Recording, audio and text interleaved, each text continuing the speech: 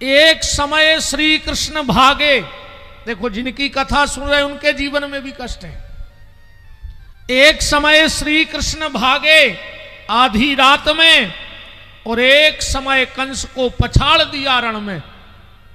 जिस कंस के डर से एक समय कृष्ण भागे, वो कंस पूरे जीवन कृष्ण के डर से भागता रहा। फिर एक समय आधी रात कृष्ण भागे घर से, और एक समय कंस को पछाड़ दिया रण में। एक समय अर्जुन ने महाभारत जीत लिया। जीता था कि नहीं जीता था? एक समय अर्जुन ने महाभारत जीत लिया, और एक समय कोल भील लूट लिए वन में। उन्हीं अर्जुन को कोल भीलों ने लूट लिया, जो महाभारत का महारथी था। एक समय अर्जुन ने महाभारत जीत लिया, एक समय लूट लिया कोल भीलों ने वन में। एक समय रावण को 10 शीशों का वर मिला। महाबली था रावण। एक समय रावण को 10 शीशों का वर मिला, और एक समय 10 शीश पड़े कटे थे रण में। ये समय है। और अंतिम बात, आदमी बिचारे की बात यहां कौन करे? आदमी बिचारे की बात यहां कौन करे? यहां सूरज की 3 गति होती हैं दिन में। सूरज की भी 3 गतियां हो जाती हैं। तो संकट तो आएंगे। अच्छा, एक बात बताओ, जिनकी हम कथा सुन रहे हैं भगवान की, अगर किसी अमीर आदमी के यहां बेटा हो जाए तो लाखों रुपए उसी समय खर्च हो जाते हैं। आतिशबाजी में, बैंड ढोल में, बधावे में, प्रसाद चढ़ावे में लाखों रुपए मिटा देता है। पर अगर गरीब से गरीब के भी बच्चा हो जाए, बिल्कुल गरीब से गरीब के, उसके यहां कुछ नहीं होगा तो थाली तो बजा ही देगा। बजाएगा कि नहीं? चलो, थाली भी ना बजा पाए तो कम से कम ताली तो बजा सकता है कि नहीं बजा सकता? अगर उसके घर में थाली भी नहीं होगी अपने बच्चे के जन्म के समय, तो ताली तो बजा ही सकता है। पर जब भगवान का जन्म हुआ तो कंस के डर से ना तो कोई वहां थाली बजा पाया और ना मां बाप ताली बजा पाए। यह शुरुआत है भगवान के जन्म की। देखो, संकट कहें या दुख, ये इतना बेईमान मेहमान है, इतना बेईमान मेहमान है कि आएगा। इतना बेईमान मेहमान है कि आएगा। तुम दरवाजा बंद करो, ये खिड़की से आएगा। तुम खिड़की लगाओ, ये छप्पर फटा के आएगा। तुम स्लिप ढलवा दो, ये जमीन फटा के आएगा। तुम टाइल्स लगवा दो, ये नल की टोटी से आएगा, पर आएगा, ये गारंटी है। दुख तो आएगा, पर फर्क सिर्फ इतना है कि किसी किसी को दुख निपटा देता है और कोई कोई दुख से निपट लेता है। बस फर्क इतना है। किसी किसी को दुख ने निपटा दिया और किसी किसी को दुख ने से निपट लिया। अब हमारा नंबर कौन सा है उसमें? हमें दुख निपटाएगा कि हम दुख से निपटेंगे? ये तो काल चक्र है साहब। समय किसी के बस में नहीं है। घड़ी सबके हाथ में है, पर घड़ी किसी के हाथ में नहीं है। बोलो, पता है कौन घड़ी क्या हो जाए? है किसी के हाथ में? घड़ी सबके हाथ में है, पर घड़ी किसी के हाथ में नहीं है। कौन घड़ी क्या हो जाए? एक आदमी 5 लाख की घड़ी बांधे तो, और एक बांधे तो 50 रुपया की। तो 50 रुपया वाले ने कही कि तुम कैसे मूर्ख हो यार, 5 लाख खर्च करे तुमने घड़ी पे। बोले मतलब? बोले बा घड़ी बते है तो बकता ही भाई। चाहे 100 रुपया की घड़ी हो, बा भी जाई बते के 5:30 बजे हो, 5 लाख की भी जाई बचे के 5:30 बजे। तो घड़ी वक्त बताती है, पर जिसने 5 लाख की घड़ी बांधी थी वो हंस के बोला कि तुमने सही कहा, घड़ी वक्त बताती है, मेरी घड़ी मेरा वक्त बता रही है और तुम्हारी घड़ी तुम्हारा वक्त बता रही है। बता तो वक्त ही रही है। पर इस बात से एक बात और ध्यान से सुन लो, तुम्हारा वक्त बता सकता है कि तुम्हारे पास पैसा कितना है। तुम्हारा वक्त बता सकता है कि तुम्हारे पास पैसा कितना है, पर पैसा नहीं बता सकता कि अब जीवन में वक्त कितना बचा है। बता सकता है पैसा कि हम कितने जिएंगे,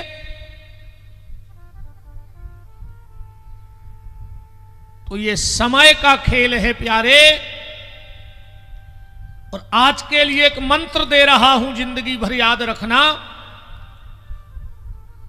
अगर कभी तुम्हें ऐसा लगे कि मेरा समय खराब चल रहा है, मैं जहां हाथ डालता हूं वहां नुकसान है, जहां जाता हूं वहां लॉस में चला जाता हूं, तो घबराना मत।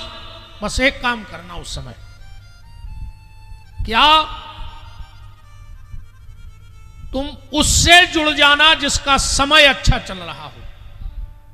तुम्हारा कितना भी बुरा समय क्यों ना हो, पर तुम उससे जुड़ना जिसका समय अच्छा चल रहा हो।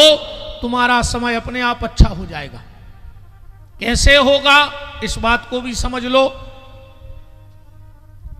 बुजुर्ग लोग जानते होंगे, नए लड़के तो ये बात नहीं जानते, फिर भी कुछ जानते होंगे, हमारी उम्र के तो जानते होंगे।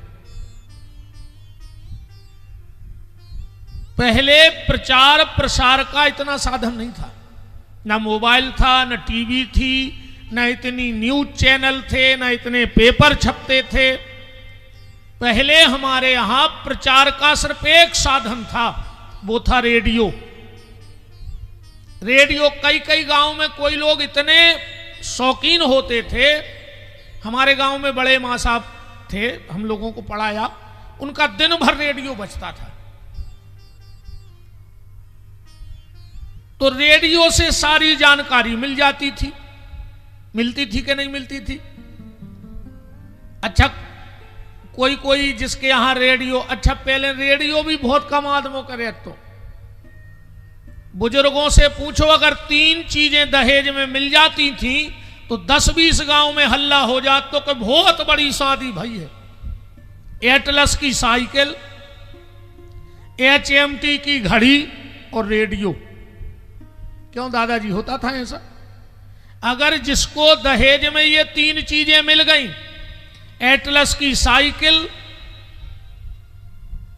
HMT की घड़ी और रेडियो, तो 10-20 गांव में हल्ला हो जाता तो कि भैया भारी मिलो। और आज तुम 1 करोड़ की गाड़ी ले जा लगन में, आदमी जा भर पूछत कई गाड़ी आई है, वो उन्हें जा भी नहीं पूछी कि मोटरसाइकिल आई के कार आई। पूछी आज तक अपन खुद जात लगन में कई गाड़ी है, 2 लाख नगद है। तो दूसरा को ने जाने कही कि भैया 4 व्हीलर है कि 2 व्हीलर है। तो किसी किसी बात ये समझना कि जब तुम्हारा समय खराब हो तो अच्छे आदमी से जुड़ जाना, तुम्हारा समय ठीक हो जाएगा। तो गांव में कोई बड़े शौकिया होते रेडियो के, पर किसी को कोई मतलब नहीं था, पर वो उनके यहां ठीक समय पहुंचते थे। बोले काय समाचार कब तक आऊं ने? बोले तुम्हें का लेने? बोले हमें कछु नहीं लेने। बात सुखी भी बोई है, देखो ज्यादा कछु नहीं लेने, वो बहुत आनंद में है। या भी बिल्कुल अच्छा कछु हमने देखो बिल्कुल फ्री की टेंशन में, कहीं काय ऊंचाई काय बैठे। अरे यार कहीं का पता ये बार सरकार कौन की बन रही, तुम्हारी घर की लोग आई तो तुम्हारी सुन नहीं रही। मोड़ी मोड़ा तुम्हें पानी भर के नहीं दे रहे, तुम्हें प्रदेश की चिंता लगी। कई आदमी बिल्कुल धुर पे घूमत फिरा दे, यार ये साल कुछ ने का हुज्जे। अरे जा सोचो कि का हुज्जे, घरे रोटी मिल है कि नहीं मिल है। कई आदमी बिल्कुल फ्री में पगले आने फिरत। तो उसने कहा हमें कुछ नहीं लेना देना समाचारों से। बोले फिर क्यों पूछ रहे? बोले हम तो ये से पूछ रहे कि समाचार कब तक आए, बात पकड़ियो। बोले हमारी घड़ी गड़बड़ हो गई है, सो हम सोच रहे रेडियो से मिला लें। कैसे रेडियो की घड़ी बिल्कुल अच्छी चलत है, और जब घड़ी बंद होती तो रेडियो ही से मिलती। बात समझियो हमारी बहुत गहराई से। अबे रेडियो कहा है संजू भैया, इसलिए नहीं कि पैसा बहुत है, इसलिए कि भगवान की कथा हो रही है। और इससे अच्छा समय क्या हो सकता है जीवन में। गोस्वामी जी ने लिखा है कि धन्य घड़ी वो समय सबसे अच्छा है मनुष्य का, जब वो बैठकर भगवान का भजन कर रहा है, भगवान की कथा सुन रहा है। इससे अच्छा समय क्या होगा बताओ? जीवन में इससे अच्छा समय क्या मिलेगा? तो अब ये रेडियो है संजू भैया, जे की घड़ी गड़बड़ चल रही हो तो कितना गिरे तुम भर आ जा।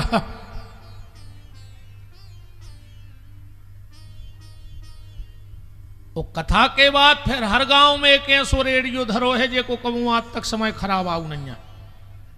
उस रेडियो का नाम है श्री हनुमान जी महाराज के चरण। 24 घंटा में एक बार गांव के मंदिर जाना। कोई पूछे क्यों जा रहे हो, बोले अपने जीवन की घड़ी अच्छी चलती रहे इसलिए उनसे घड़ी मिलाने जा रहे हैं, उनके चरणों को देखने जा रहे हैं। क्योंकि सुख दुख तो जीवन में आएंगे। एक वो बहुत पुराना गाना है, ज्यादातर जो 15 अगस्त 26 जनवरी को बजत तो, भले भी दिन आते जगत में बुरे भी दिन आते, बजत तो जे 2-3 गाना हर जगह। चल उड़ जा रे पंछी के अब तेरा देश हुआ वीराना, एक जो गाना बजत तो। पहले ते साधन ने हते के भले भी दिन आते जगत में बुरे भी दिन आते, कड़वे मीठे फल कर्मों के सभी यहाँ पाते, जगत में बुरे भी दिन आते,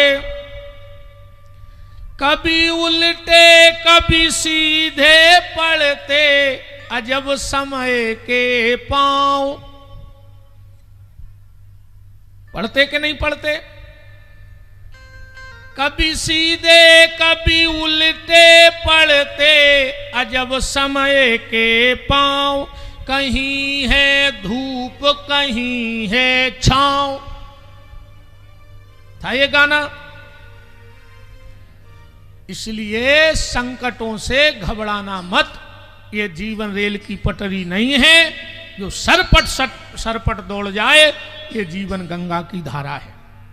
अब तुम्हें क्या करना है? उस गंगा की धार से, बहते जल से एक शिक्षा लेनी है। तुम तो बहते रहो, बहते रहो। पानी जब बहता है और उसमें जो कचरा भी आ जाता है तो वो अपने आप किनारे लग जाता है। तुम भर बहना मत छोड़ो, संकट अपने आप किनारे लग जाएंगे। एक और बहुत पुराना गाना था कि चलते रहो। नदिया चले चले रे धारा, पंछी चले चले रे तारा, तुझको चलना होगा, तुझको चलना होगा, तुझको चलना होगा, तुझको चलना। तो इस जीवन में उस गंगा की धार की तरह चलते रहो। आज की चर्चा के 4 सूत्र और बस एक भाव पे आज चर्चा करेंगे, बाकी सबको पगडंडी निकालेंगे। हाँ, एक भाव पे जरूर चर्चा करेंगे, पर देखो कथा तो तुम्हें जुअन सुनने हमें बा बता दे। का सुनने बताओ? अच्छा, हम भाई सुने हैं तहीं बैठ के, पर पेल जो हम सुने हैं बा सुनने पर हम पे आज चर्चा हो रही थी। भैया हरे बैठे थे। भगवान की भैया बहुत बड़ी कृपा है हम पे। आदमी बाप की नहीं सुन रहा हो, भज्जा भज्जा की नहीं सुन रहा हो, घरवारी घरवारे की नहीं सुन रहा हो, और आदमी हमें पैसा दे के सुन रहा हो, हाथ जोड़ के सुन रहा हो, ईमानदारी से। जैसी हम तैसे कह दे तो अगर सगो भज्जा कह दे तो तुम शकल ने देख जिंदगी की। पर जब भगवान की बहुत बड़ी कृपा है कि सुन रहा है। आज की ये 4 बातें जीवन में याद रखना, फिर कथा का प्रसंग पकड़ते हैं थोड़ा सा। एक आदमी मरने लगा और उसे अपने बेटे को बुलाया, बोले बेटा हम तुम्हें जीवन को अनुभव दे के जा रहे, ये खुद ध्यान में रखियो। लड़का बोलो बताओ पिताजी। पहला काम छाया में काम पे जाना और छाया में आना, मीठा मीठा खाना, घर में एक चमड़े की दीवार जरूर बनाना, और घर वाली को जब भी डांटना तो बांध के डांटना, बांध के। इतनी कई ओखों हिचकी आई और वो मर गया। लड़का समझ ही नहीं पाओ कि क्या है। पिताजी की 13वीं करी, उसको खबर आई कि पिताजी ने कहा था छाया में काम पे जाना, छाया पे आना। उन्हें घर से खेत तक टेंट लगवा दो, 3 बजे खेत पे जावे, 3:30 बजे लौट आवे। अब बताओ आध घंटा में कौन सी किसानी हो रही? खेती बर्बाद हो गई। खूब मीठा खाओ, देखो शुगर हो गई। तीसरी बात थी घर में चमड़े की दीवार रखना। गांव में मरी 2 भैंसें, इन्हें खाल पटवा के दीवार में ठुकवा दी, 2 तरफ से पूरा मोहल्ला बसा है सारी भैंस। चौथी बात पिताजी की याद आई कि पत्नी को बांध के डांटना। इन्हें 2 लाई रस्सी हाथ बांधे और पांव लाखक सुनाइयों को। अभी 1 दिना, 2 दिना, 3 दिना, 4 दिना। एक दिन पत्नी ने धरे सूटकेस में कपड़ा मार के भाग गई। रोजाई को काम होगा, पिता को भक्त होगा। एक दिन ये लेने गया, पत्नी से बोला चलो, पत्नी बोली नहीं जा रहे, तुम पागल हो गए। बगल में खड़ो तो ससुर। अच्छा ससुर कहत कौन से हैं? जो सास के सुर में सुर मिलाए, उसकी कोई जिंदगी न कहाई। वो ससुर इतने भी बैठे हुए मुझ के ससुर ईमानदारी बता, तुम्हारी कोई है बैलू घर है? बता दो बिल्कुल ईमानदारी से, जितने ससुर बैठे हो। सास के सुर में सुर मिला रहे तो ससुर हो, और न सीताराम शब्द तो दूसरो आगो रहने मनो। तनक तो कछु व्यवहार बनाने पर है। ससुर ने कहा बेटा बात क्या है? अरे बोले पिताजी ये पागल हो गए, रोज हमारे हाथ पांव बांधत और हमें डांटत। पिताजी दामाद से बोलो। अच्छा दामाद को भी बड़ो जल जला रहे थे। ससुराल ये है तो पूरे घर के आगे पीछे जीजा जी आ गए, जीजा जी आ गए, हलवा बने हैं, भजिया बने हैं, मंगोड़ी बन, और हर बार पैसा में लट्टी का के। ऐसो काय होत पता है? ससुराल में दामाद का इतना सम्मान क्यों होता है और हर बार पैसा काय मिला? सम्मान तो ऐसे होते है कि वो घर की पूरी समस्या अपने सिर पर उठा ले आओ। तुमको सम्मान भाव चाहिए कि नहीं? भाव ऐसा आदमी भाई जो अपने संकट से अपन को मुक्ति दिलाए, अपन तो जीवन भर नहीं रहे। अब बार बार पैसा ऐसे देते हैं कि संगे लो आ जाएगी, चाहे किराव ले ली, छोड़ियो भन देते है ना? गलत तो नहीं है बहन जी? यारो अरे गलत तो हो ही नहीं सकता हमारी बात। 100% की बात है तो बिल्कुल। ससुर ने दामाद से कहा बात क्या है? अरे बोले पिताजी अच्छा एक बात और देखो, आज के जितने तो लड़का बैठे हुए हैं, बाप से मुंह नहीं बोले, ससुर से कहते पापा जी। नकटा बेशरम मर जा रे। बाप से बेरबान है, ससुर से करे पापा जी आए, पापा जी जी आए तो आए। जो अन्य पाल पोस के तो न बड़ो करो, वो से बेरबान है। क्यों नकटा बैठे हुई हो तुम्हारी में? ज्यादा नहीं है तो 50 आदमी तो ऐसे कहा इतनी भीड़ में, जो बाप से ने बोलत हुई। लड़का बोलो कि पिताजी लोग कहते थे जेने ने मानी बड़ों की सीख, सुले छतरिया मांगो भीख, और हमने मांगी बड़ों की सीख, सुले छतरिया मांग रहे भीख। बोले हमारे पिताजी ने 4 बातें बताई थी और हम चारों में फेल हो गए। ससुर बोला बेटा तुम्हारे समझने में दिक्कत हुई होगी। बुजुर्ग आदमी कभी गलत सलाह देता ही नहीं। बताओ अच्छा तुम्हारे पिताजी ने क्या क्या बताया? बोले हमारे पिताजी ने कहा था छाया में काम पे जाना, छाया में आना। तुमने क्या किया?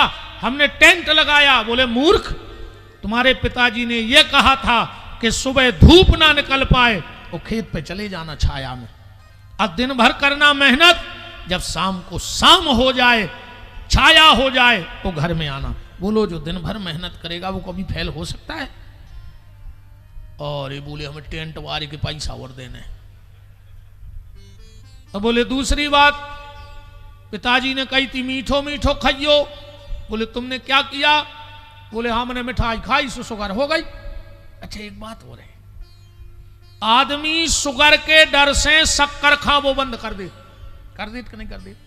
बीपी के डर से नमक खा वो बंद कर दे, कोलेस्ट्रॉल के डर से तेल खा वो बंद कर दे, पर भगवान के डर से बेईमानी को खा वो बंद को नहीं कर रहा। बोले पिताजी ने ये कहा था कि मीठा मीठा खाना जेब में राम का दिया हो पर हराम का ना हो।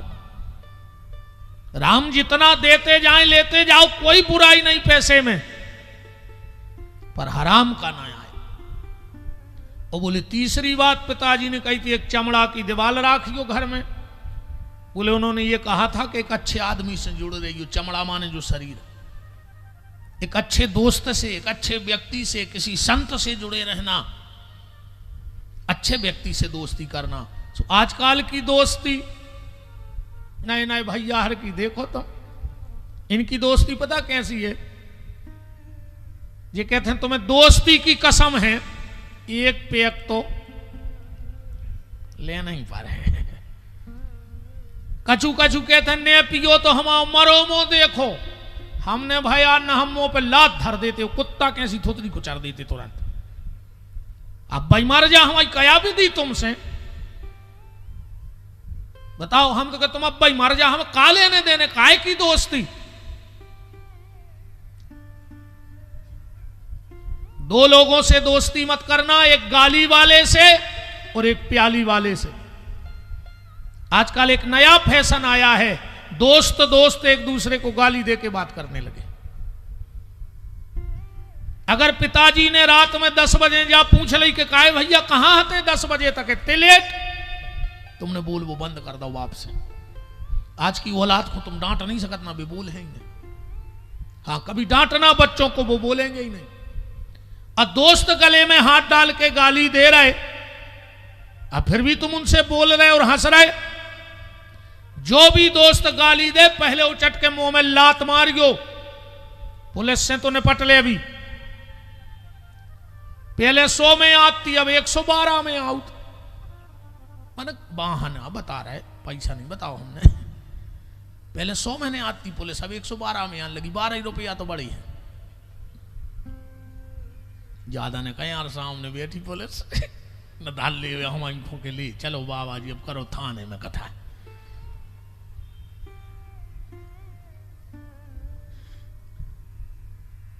ऐसे दोस्तों से दूर रहना। और बोले चौथी बात, पिताजी ने कहा था कि जब भी डांटो पत्नी को बांध के डांटना। बोले तुमने क्या करो? बोले रोज हाथ पांव बांध के डांटो। बोले पिताजी ने जाने कही थी। पिताजी ने यह कहा था कि जब तक बच्चा ना हो जाए कभी पत्नी से लड़ना नहीं, वो ममता के बंधन में बंध जाए। ईमानदारी बताओ, जब जब पति पत्नी में झगड़ा भौजे का कहते हैं हम तो बाल बच्चों के पीछे हंसे रहे, तुम्हारे हम फांसी लगा के मर जाते, हमने भोगते जो सब मोड़ी मोड़ा ने होते तो हम जहर खा लेते। ये हम आपका मजाक नहीं उड़ा रहे बात में, ये तो हम आपको धन्यवाद दे रहे हैं कि मां अपने बच्चे के लिए संसार की कठिन से कठिन परीक्षा भी देने को तैयार हो जाती है। वो सारे संकट झेल लेती है पर अपने बच्चे पे कभी आंच नहीं आने देती। पति की डांट डपट सब इसलिए सहती है कि मेरे बच्चों का क्या होगा, पर इससे यह भी नहीं कि पिता का कोई मूल नहीं है। मां चाहती है मेरा बेटा आज क्या खाएगा, ये मां की सोच है। मां चाहती है मेरा बेटा आज क्या खाएगा, और बाप सोचता है मेरा बेटा कल क्या खाएगा। पिता कल की चिंता करता है और मां आज की चिंता करती है, चिंता दोनों करते हैं। इसका एक और उदाहरण देखना, जब भी मां बच्चे को गोदी में उठाएगी तो कहां तक उठाती है? कमर तक उठाती है, कमर पे लेती है बच्चे को। और बाप जब भी अपने छोटे छोटे बच्चों को प्यार करेगा, लाड़ लड़ाएगा, तो वो उठाकर सीधा कंधे पे बिठाता है जब खूब लाड़ लड़ाने हुए तो होते हैं। सो मां ने कभी बच्चे को कंधे पे नहीं बिठाया प्यार करते वक्त, पर बाप अक्सर करके उसे उठा के अपने कंधे पे रखता है। क्यों? मां ने उठाया कमर पे तो उसका चेहरा आ गया बराबरी पे, तो मां कहती है बेटा जहां तक मैं देख पा रही हूं वहां तक मैं तुझे दिखा दूंगी। और बाप कहता है बेटा जहां तक मैं नहीं देख पाया उसके आगे मैं तुझे दिखा दूंगा, मैं अपने से आगे तुझे बढ़ा दूंगा। हर पिता की इच्छा होती है कि मेरा बेटा मेरे से आगे जाए। आदमी सिर्फ दो जगह हारता है, एक जगह मजबूरी से, एक जगह खुशी से। पहला भगवान के मंदिर में, इसलिए वो मंदिर हार लेके जाता है, क्योंकि वो जानता है कि हम भगवान से जीत नहीं सकते, इसलिए पहले से हाथ में हार लिए है। और दूसरा अपने संतान से। हर पिता की इच्छा होती है कि दुनिया में अगर मुझे कोई हराए तो मेरा बेटा हरा दे मुझे। पिता को तब खुशी नहीं होती जब उसके नाम से बेटा जाना जाए। पिता के जीवन की सबसे बड़ी खुशी वो होती है जब बेटे के नाम से बाप को जाना जाए कि उनके पिताजी खड़े हैं, तो ऐसा लगता है कि मुझसे भाग्यशाली बाप दुनिया में कुछ नहीं है। और यहां जितने भी युवा हो, जितनी मेरी बेटियां हो,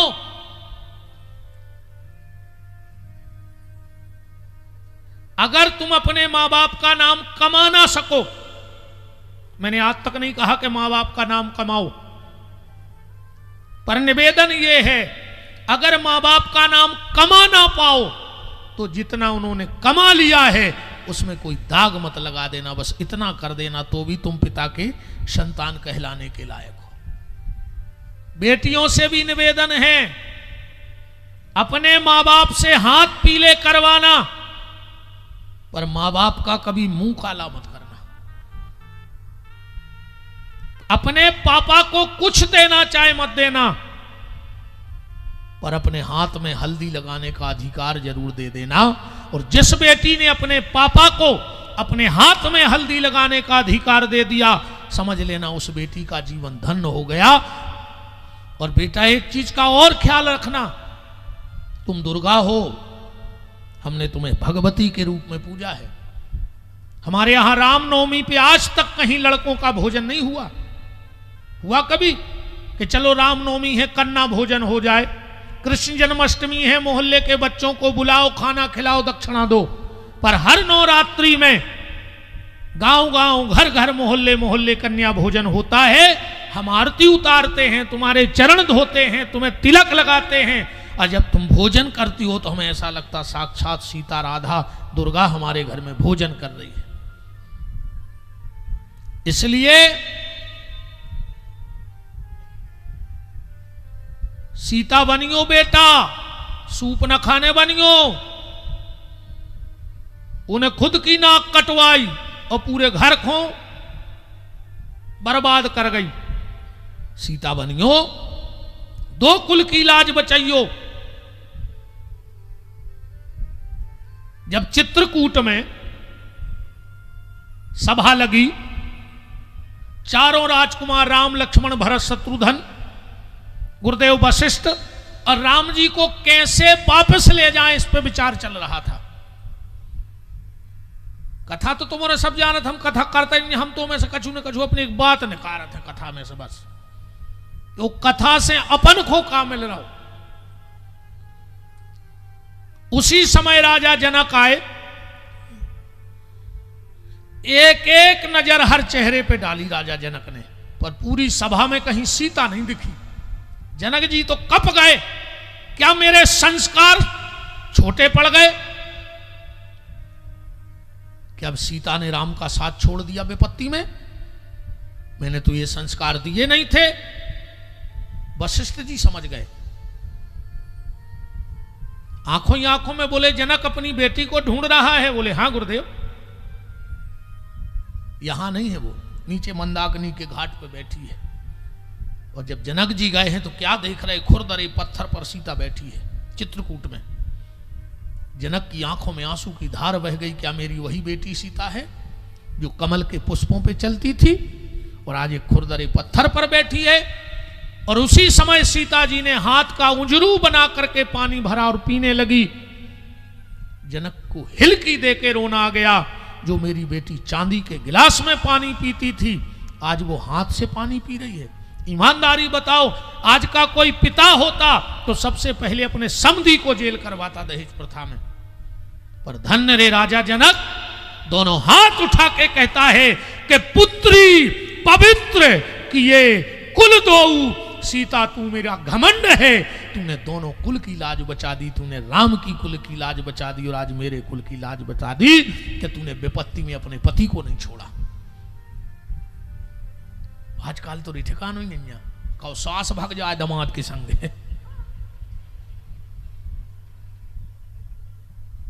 अब नहीं भाग गई 2-3, पहले का हो तो जैसे छोटी बिटिया सुंदर है, बड़ी सुंदर नहीं है, बड़ी को देखवे बारे आए तो छोटी को निकालत नहीं थी, काहे बोले कब के हम तो ये कर हैं शादी, बस सुंदर लगती। अब कछु समय में कहो ऐसो आवे, मोड़ी को देखवे बारे आवे, मम्मी को लुकाने पारे। कालो घर गया लगी यार समय में। कहाँ है पहुंच गो जो समय। बहुत दयनीय स्थिति है, पर मैं अपनी बेटियों से निवेदन कर रहा हूं, अपने पापा से हाथ पीले करवाना, पर माँ बाप का मुंह काला करके मत जाना। और तुम लड़का भी सुन ले, हमारी इतने ठाणे हो, ऐसी मोड़ियों को भरोसा न कर, चुड़ैलों को जो तुम्हारे संग भगवी तैयार हो जाए।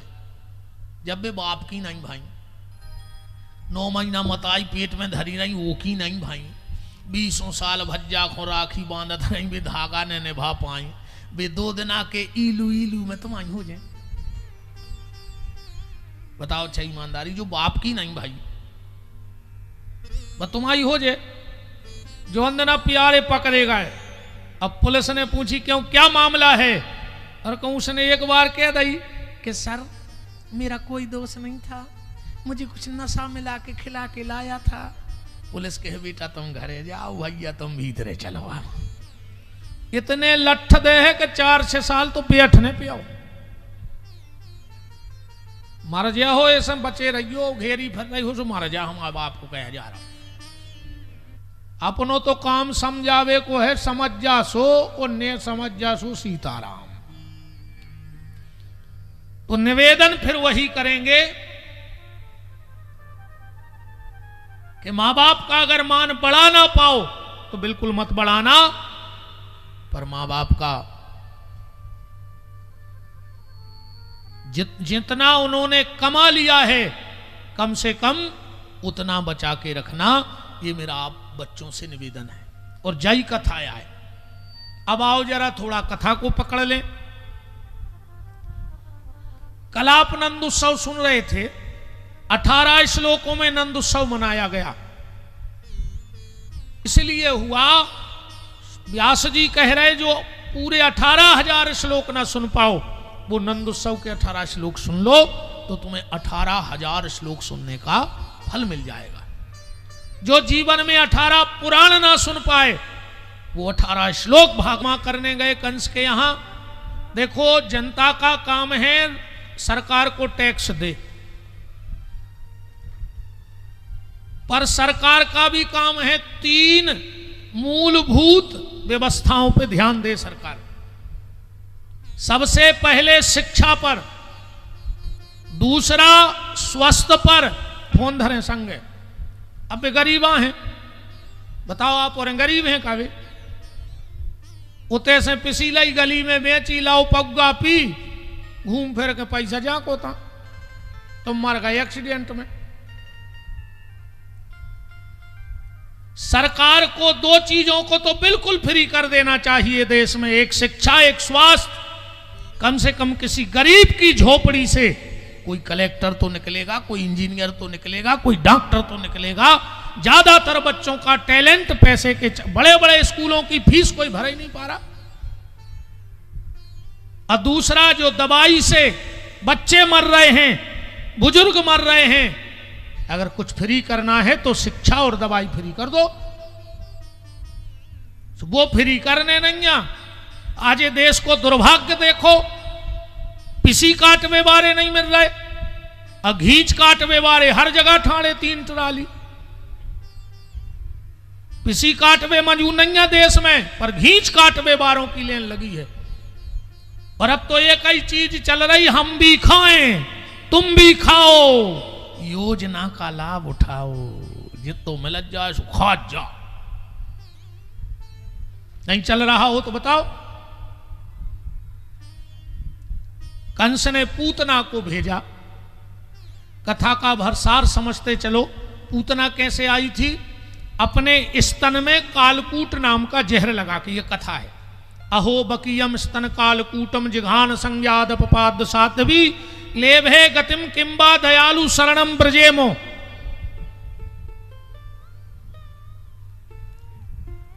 पूतना अपने स्तन में कालकूट नाम का जहर लगा के गई, और जैसे ही भगवान के पास गई उसका जहर खत्म हो गया। बस यही कथा हमें समझ। गर्गा पुरोहितो राजन यदू नाम सुमहातपा अयम ही रोहिणी पुत्रो रमयान सुहृदयो गणई बहूनि संतानी नामानी रूपाणी च सुतस्यते। दोनों बालकों का नामकरण संस्कार हुआ, राम और बलराम। भगवान 3 वर्ष में वृंदावन गए। अब वृंदावन में भगवान ने पहली आंख लिया है 3। 2 रुपया में तुम कितनी लम्बड़दारन हो जाओ, हमें जा बताओ। वो अरबपति तो आए नहीं, वो अरबपति नहीं। अरबपति हो तो साइकिल पे काहे को फिर रहा हो तो ऐसी दोपहरिया में। 300 रुपया को वो सामान ले आओ तो 30 रुपया को दिन भर पसीना बहावे के बाद फायदा हती, वो में से 15 तुमने छुपा ला। जिंदगी में कभी किसी के पसीने का पैसा मत खाना, वरना भगवान तुम्हें क्षमा नहीं करेगा, मार डालेगा, कुत्ते की मौत मरोगे, ध्यान रखना। और एक बात तो हमारी बहुत गड़ा के सुन लियो, ऐसा कोई काम मत करना जिसके कारण तुम्हारे कारण कोई सुख से जी ना पाए। अगर तुम्हारे कारण तुमने किसी को सुख से जीने नहीं दिया तो भगवान तुम्हें सुख से मरने नहीं देगा, ये बिल्कुल गारंटी है। उसका फैसला बहुत खतरनाक है। जिस दिन वो अपनी पे आएगा तो अच्छे अच्छे तख्त ताज पलट दे उन्हें एक पल में। इसलिए कभी, और आप सबसे भी निवेदन है, कोई मजूरी करने आए, दिन भर पसीना बहाए, एक बार बड़े आदमी के खा जाओ, कोई फर्क नहीं पड़ रहा हो। तुम समुद्र में से 2 टैंकर भर ले आओ नर्मदा जी से, कब को फर्क पड़ रहा हो। पर किसी ने अगर तुम्हारे यहां दिन भर पसीना बहाया है तो उसका पैसा भर मत खाना, वो ईश्वर बर्दाश्त नहीं कर पाएगा। पसीना को पैसा भरने खर्चो कम को चल रही चेत्ते के नहीं। अब नकार हो बूंदा के पत्ता के।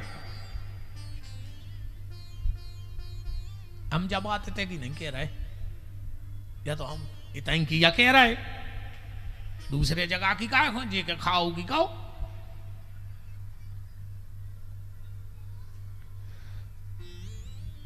भगवान आखिरी चोरी करते हैं वो कोई नहीं कर सकता। अनेक जन्मार जित पाप चौरम चौरा गगन्या पुरुषा नमामि।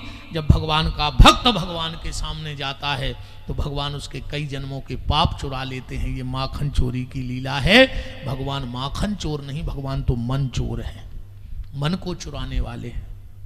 इसके बाद भगवान ने यमुना जी में से कालिया को निकाला। कालिया को निकालने के बाद उरगदीप भेजा और बीच के राक्षस सब मार गए। अपने कौन रिश्तेदार हैं मार जान दे। अब एक एक की कहानी लिस्ट बनाए हम, वे तो तुम समझ ले मार गए। ने अपन को सूतक लगने, ने अपन को बैठ भी जाने, ने अपन को रिकॉर्ड चाहे ना उनको, वे तो मर गए बस।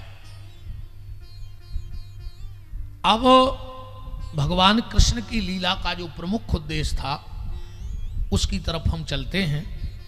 भगवान कृष्ण की लीला का प्रमुख उद्देश्य था गौ सेवा। क्योंकि जब भी कोई सरकार आती है तो उसके पहले मैंडेट आता है उनका, योजनाएं, मैं सत्ता में आऊंगा तो क्या करूंगा। तो राम जी जब सत्ता में आने लगे तो राम जी ने 4 बातें कहीं कि मेरे आने पे 4 काम हो जाएंगे, 4 योजनाएं लागू करी। कौन सी? विप्र, धेनु, सुर, संत, हित, लीन मनुज अवतार।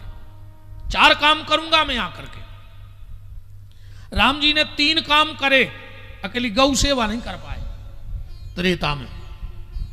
ऐसा नहीं कि राम जी करना नहीं चाहते थे, करना चाहते थे पर कर नहीं पाए। उसका भी कारण है ईमानदारी, बताइए आप। और है ज्यादातर सब आज तो बिल्कुल छठे ही बैठे हो। कोनो बड़े से नेताजी को लड़का अगर बंगला पे अपनी कार धोन लगे सटक से तो धूप है। देखो ईमानदारी बता, जो तो 10-20 बैठे भर हुए। कोनो भज्जा को लड़का सटक लेके अपनी कार धोन लगे तो धूप है। 50 दौर पर है, 60 उतार के पहुंचन लगे हैं कार। कि हम तो बैठे भैया, तुम बैठो, हम पहुंच रहे। बोलो गलत कह रहा हूं तो बताओ आप। और धूप है हल्के पतरे नेता को, और वो तो जगत का चक्रवर्ती सम्राट महाराज दशरथ का बेटा है और भावी अयोध्या का राजा है। जब गौशाला के लिए घास लेके दौड़ता तो हजारों नौकर दौड़ पड़ते। अरे आप बैठो प्रभु, हम काय को हैं? भगवान ने कहा यार जो पावर तो हमें नुकसान दे रहा हो, इस पावर के चक्कर में हम गौ सेवा नहीं कर पा रहे। भगवान ने त्रेता में द्वापर का मैंडेट तैयार करवा दिया। त्रेता में द्वापर का मैंडेट तैयार हुआ। ध्यान से सुनना, इसी दोहे को आगे पढ़ना। क्या लिखा है?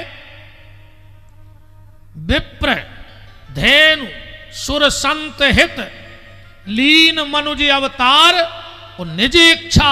किसकी इच्छा? भगवान की। निर्मित तनु, भगवान बोले मैं ऐसी स्थिति निर्मित करूंगा। क्या? बोले माया गुण गोपाल, अगले जन्म में मैं गोपाल बन के जाऊंगा और सिर्फ गैया मैया की सेवा करूंगा, जीवन में दूसरा कोई काम करूंगा ही नहीं। भगवान कृष्ण के जीवन का प्रमुख उद्देश्य था गौ सेवा।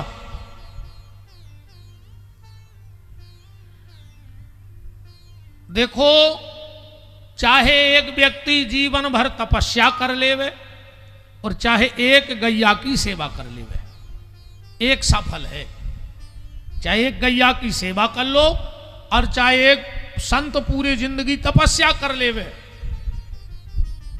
पर आजकल गैया सिर्फ आदमी को तब आती है जब चुनाव का टाइम आता है। हाँ, चुनाव को टेम आन दे, फिर गौ माता की जय। होता है ऐसा। मैं आपको बताऊं, एक बार मुझे एक कार्यक्रम में बुलाया गया। गौ माता की रैली थी। बड़े बड़े सफेद पोसवारे बैठे थे, पूरी मंच भरी थी, ऐसे चौगनी मंच बनी थी। अपन भी बैठे थे, सबने भाषण दिए। आखिरी में हमें बुलाया गया। बोले सागर से कोई तीखी वाणी बैठे हैं, जहर उगलत हैं, उनको सुनना चाहती है जनता, उन्हीं को आई है। हम पहुंचे, वो धरो तो वो काउंटर शो पे खड़े भाई हाथ धर के। हमने कहा हम प्रवचन बाद में करें, पहले एक माला हमें दी जाए। जो आयोजक थे उन्हें माला दे दी। हमने माला ली। हमने कहा इस मंच पे कम से कम 200 नेताजी बैठे हैं, एक जने खड़े हो जाओ जे के बंगला पे गज्जा बंदी हुए, हमें वो माला पहराने। हमने कहा सबके बंगलों पे कुत्ता पले और मंच पे गैया को बचावे के भाषण हो रहा है, पूरों के नीचे मुंह हो गए तो तुरंत तो नली ने तान दी। जो ना आयोजक हते बोले ऐसी ने कहने थी। हमने कही तो कहा को बोला आओ तो झक मारा भी हमें बुलाते ही नहीं। हमें मत बुलाया करो जहां कुछ ऐसा डर हो तो। फिर नहीं बुलाया कभी हमें किसी कार्यक्रम में ऐसे, क्योंकि हमारी कथा ना तो मुर्दों के लिए है और न मूर्खों के लिए है। हमारी कथा 2 जनों ने मुर्दों के लाने ने मूर्खों के लाने कि सुन के घरे जाओ और जाइन के तई हो जाओ तो तुम महामूर्ख। वो मुर्दे मतलब हम कुछ भी कहते रहे तुम्हें फर्क ही नहीं पड़ रहा तो तुम मुर्दा हो। ऐसे लोग मत आया करो, बिल्कुल जरूरी नहीं है। आज गाय की वो दुर्दशा है देश में। अरे राम राम राम। आज घर देखो, पहले क्या होता था आप लोगों को पता है, जितनी पुरानी बाखरें बनी थी वे कैसी बनती, पहले दहलान, बीच में सार और फिर पीछे निवास बनती है। सही क्यों? हम कई बार नंगे पांव उस सार में से निकलते, तो पांव में गोबर लगत तो और गौमूत्र लगत तो 1000 बीमारी से लड़ने की ताकत आती। अब अपन ने मकान मिटाओ, सार को नहीं बना रहा हो, बनाई कौन है? को नहीं बना रहा हो, संजू भैया ने बनाई, आपके लाने हृदय से धन्यवाद। आपने हमें बताया था कम से कम 150 गौ माता का आप संरक्षण कर रहे हो, ये बहुत बड़ी बात है। हम आपको धन्यवाद देते हैं, ताली बजाते आपके लिए। हम अपन तो कहवे में को छोड़बे बारे कहा ही नहीं, चाहे मर जाए इताई मर जाए, हमें पता है कि आ गई हुज्जे तो कोई बचा नहीं सके, और न्याय हुज्जे तो कोई हमें मार नहीं सके, जा हम अच्छे से जानते हैं। जय दिना की जेरिया राम जी ने दई है, बात तो पक्की है। पर मैं आपको हृदय से धन्यवाद देता हूं कि आपके घर में 100-150 गौ माता, और ऐसे अगर सब जितने जे बड़े आदमी बैठे हो, अगर 5 ही 5 बांध ले हो, तुमने ने बांध हो ना, हाँ इनको गोबर बसान लगो। पहले अमास पूनो गोबर की ढिग लगती, अब पाले हो तुम्हारा कुत्ता, का करत हो? अरे पैसा होगा कौन, कुत्तों ही कैसे लेपन लगो हुए। अरे राम राम राम। आदमी ने मकान मिटाया, सार खत्म कर दी। एक बात और ईमानदारी से सुनना, आज जितने मकान बन रहे हैं, कोई नीचे को पल्ला लगा रहा हो चौखट को, देहरी देखो कहते खत्म हो गई, अब देहरी नहीं लगा रहा हो कोई नए मकानों में। हमारे यहां नियम था, हो सकता है आपके यहां भी हो, दीपावली की रात में गांव में जो बढ़ई विश्वकर्मा समाज के लोग होते थे, कील लेके आते थे और चौखट में ठोकते थे, कुछ दक्षिणा लेके जाते थे। अब आदमी कहते विश्वकर्मा जी हरे आत नहीं है, उनके भाव बढ़ गए, अब आई जैसो का तुम्हारी खपरिया में ठोक दें। जब तुमने बस चौखटाई नहीं लगाई तो खिल गया, ठोके कहां? आज घर में देरी नहीं लग रही, सुने बीमार होवे में देरी लग रही, न नरसिंहपुर जावे में देरी लग रही, न नरसिंहपुर से नागपुर रेफर होवे में देरी लग रही, न उते से लौटे में देरी लग रही, न लोहरिया लगवे में देरी लग रही। जब घर ही में देरी नहीं लगी तो कौन काम में देरी लगे है बताओ? तुमने घर में देरी लगाना बंद कर दिया। आज घर में अगर 8 आदमी हैं ईमानदारी से, तो 5 आदमी दवाई पे हैं। अगर रात की गोली चूक गए तो सवेरे मरे मिल हो, अगर सवेरे की चूक गए तो कितना पानी गिरे, आदमी त्रिपाल तान के धर दे, तो लोग हर क्या मट्टी को तेल डाल रखे, तुम काय को लगी हो? ऐसा ना कि 3-4 दिन की झेल लग जैसो तुम्हें धरे रहे। हाँ भी तो कहीं एक काम करो तो ना लोहान फेंक दी मुझ को, जल्दी बार जाए। अगर डॉक्टर की गोली से बचना है तो गोली या तो डॉक्टर की गोली या गोविंद की गोली। अब तुम फैसला करो, तुम्हारे घर में गोविंद की गोली होगी कि डॉक्टर की गोली होगी। आज आदमी कह रहा गंजे नुकसान, कछू ने तो वे लगा दे रे झटका से, वे सिसियों पे तार खिंचो है, मर जाओ कुत्ता की मौत मरो जितनों ने झटका लगाए। विपिन बिहारी की बात लिख ले, अगर जवान खुमटेक नहीं आए तो तुम जो कहो वो हार दे, हमारी मूड काट लियो। तुम गंजों को झटका लगा रहे, जो ना भगवान झटका दे है सो जवान ने पटे घर में, गंजों को कच्छू नहीं होने। आदमी कह रहा हो गंजों ने हमारी फसल खा ली, बेईमान तुमने चरनोई भूमि खा ली पूरी, और तुम गंजों से कह रहे कि गंजे हमारी फसल खा रही। हर आदमी चरनोई भूमि खा गया, हर गांव में चरनोई भूमि थी। अब को की ऐसे नहीं कह रहा कि को 2 एकड़ दवाएं, को 4 दवाएं, अब कौन की कौन से कह रहे? जैसे ऊधो जैसे भान, उनके चुटाई ने उनके काने कैसे फिर रहे पूरे,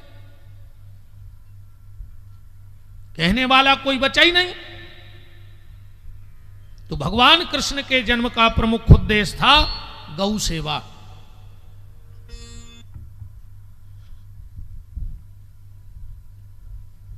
यथा योग अपने हिसाब से गौ सेवा करो, क्योंकि बैतरनी नदी गैया मैया ही तुम्हें पार करेगी और कोई पार नहीं करेगा। बैतरनी नदी सिर्फ गैया पार करेगी। इसलिए एक व्यक्ति अगर एक गाय को रखने का संकल्प ले ले तो भी गैया मैया बच सकती है, क्योंकि गाय नहीं बचेगी तो गायत्री नहीं बचेगी।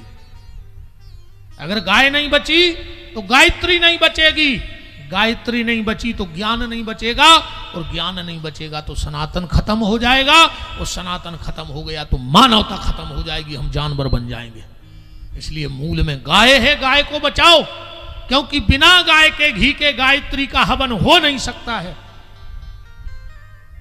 इसलिए अकेले कराए दिनों में मनु दद्दा ऐसी रोटी लाए फिर आते कहीं का है कहीं दद्दा तर जाते, पूरे साल लठ दाए गन्यों में। शंकर जी के मंदिर में पथरा के ना दिया खो खंगे टीका लगावे, तुम देखो इन क्योंकि कान में हुकी रही तुम्हें पता है का कहने हो के कान में कि ये ना दिया बाबा हमारी सास के मुंह में छाले हो जाए, बोल नहीं पाए। पूरे घर में लोग हरिया धर के हैं, वो तो आरती उतार भी कहीं मंदिर में सुख श्रृंगार के जी नहीं पा रहे, तुम्हारे मारे हो तो शंकर जी की सांस नहीं कड़ रही बेलपत्री से। कल एक बार क्या नहीं बचने कुंटलों धागा लपट जाने, सोमती अमावस्या है, मन धरो कर गया पूज रही बार गया।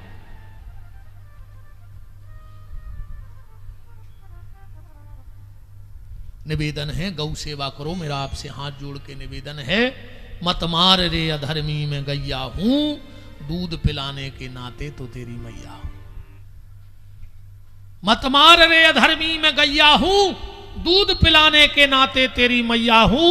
मैंने बछड़े जने काम लाखों बने, आज उनकी लाशें जाती हैं भर भर के ठेले में, मैंने दूध पिलाया है तुझको बेले में। तेरे द्वार पे आया कसाई, तेरे हाथ पे धर दी साई, मत बेच रे पापी मुझको एक एक थैले में, मैंने दूध पिलाया है तुझको भर भर के बेले में।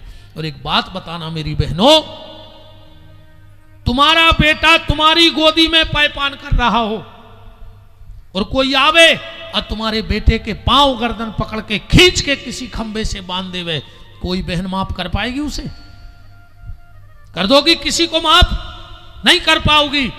पर जब गैया का बछड़ा गैया का दूध पीता है, हम उसके गले में रस्सी बांध के खींच के खूंटे से बांधते हैं, तुमने देखा होगा बछड़ा छटपटाने लगता है, तुरंत गाय जीभ से बछड़े को चाटती है, मानो कह रही हो बेटा इस परिवार का बुरा मत सोचना, क्योंकि इनने तेरे माँ के घास भूस की व्यवस्था की है, तुम घास भूस खा के पेट भर लो और मेरा दूध इस परिवार के बच्चों को पी लेने दो। इतना एहसान है उस गौ माता का।